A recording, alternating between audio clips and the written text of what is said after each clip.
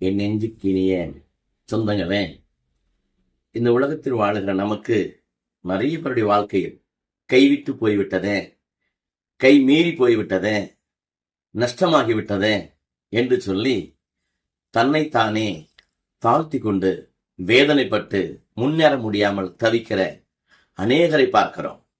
பிரியமானவர்களே, இங்கு யோபு என்ற ஒரு மனிதனை பார்ப்போம். யோபு முதல் அதிகாரத்துல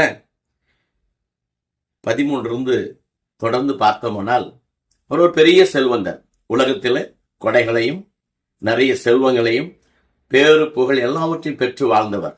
அவருக்கு ஒரு நாள் வந்தது, திடீரென்று பிள்ளைகள் மடிந்து போனார்கள். ஏறக்குறைய 10 பிள்ளைகள் அத்தனை பேர் மடிந்து போனார்கள். அதன் பிறகு ஆயிரக்கணக்கான ஆடு மாடுகள் இடியறங்கி செத்து போயின. தோட்டங்கள், ஆயிரக்கணக்கான ஏக்கர்ல திராட்சை தோட்டங்கள் போட்ட எல்லாம் காற்றடித்து சூறாவளி தூக்கி சென்றது. அப்பொழுது மனைவி சொன்னார், ஏனையா கடவுள் கடவுள் என்று சொல்லிக்கொண்டு நன்மையே செய்து கொண்டிருக்கிறீரே, அந்த கடவுளை தூக்கி எறிந்து விட்டு சபித்து விட்டு நீ போய் செத்து விடும் என்று சொல்லுகிறார். பிரியமானவர்களே, அவர் அப்படியே தியானம் செய்தார்.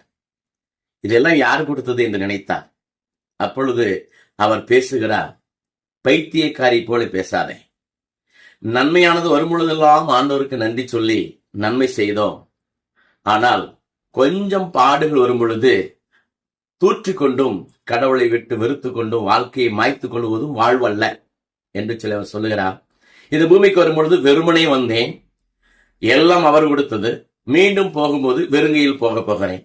அப்படி என்றால் இந்த உலகத்தில் இருப்பது அத்தனையும் கடவுளால் கொடுக்கப்பட்டது.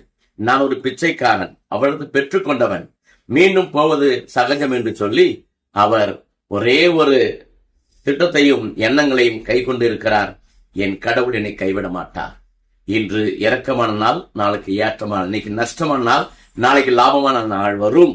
ஆகவே நஷ்டத்தை கண்டு கைவிட்டு போனதை நினைத்து துவண்டு போவாதீர்கள். நாளைக்கு முன்னால் இருக்கிற காலத்தை நினைத்து அகமகிழ்வோடு நன்மை செய்து ஆண்டவரை தேடுவோம். எல்லா இழந்து போனதையும் இரட்டிப்பாய் பெற்றுக்கொள்வோம். யோபு இரட்டிப்பாய் பெற்றுக்கொண்டார். அதுபோல நானும் நீயும் இரட்டிப்பாய் பெற்றுக்கொள்ள மனமுடைந்து போகாமல், இந்த பேஜாருக்காக தண்ணி போடாமல், கடவுளை விட்டு தூர போகாமல் கடவுளையே பற்றிக்கொள். அவர் கைவிடவே மாட்டார். ஆமை.